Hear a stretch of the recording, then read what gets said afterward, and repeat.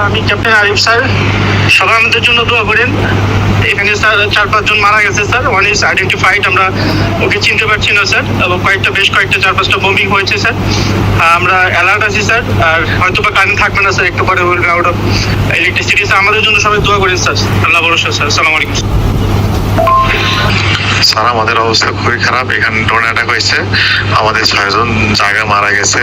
6 জনের আশঙ্কা খুবই আশঙ্কাজনক। 6 জনের মধ্যে একজন মানে আল্লাহ, আর তুই কতক্ষণ বাঁচে রাখা আল্লাহ জানে। আমাদের এখানে এখন নাই, ফুয়েল নাই, কোনো কিছু নাই। ফুয়েল স্টেশন উড়িয়ে দিচ্ছে, জেনারেটর বন্ধ, প্রায় নেটও বন্ধ হয়ে যাবে।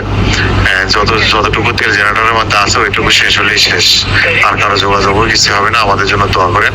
আমি আছি ভালো, কি বলবো এখন, বাকিটুকু আল্লাহর ইচ্ছা স্যার।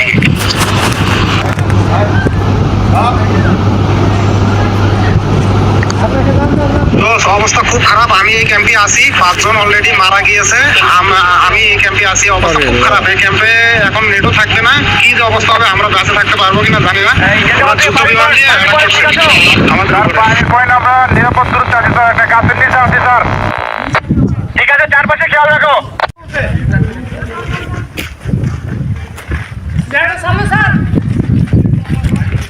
মিসাইল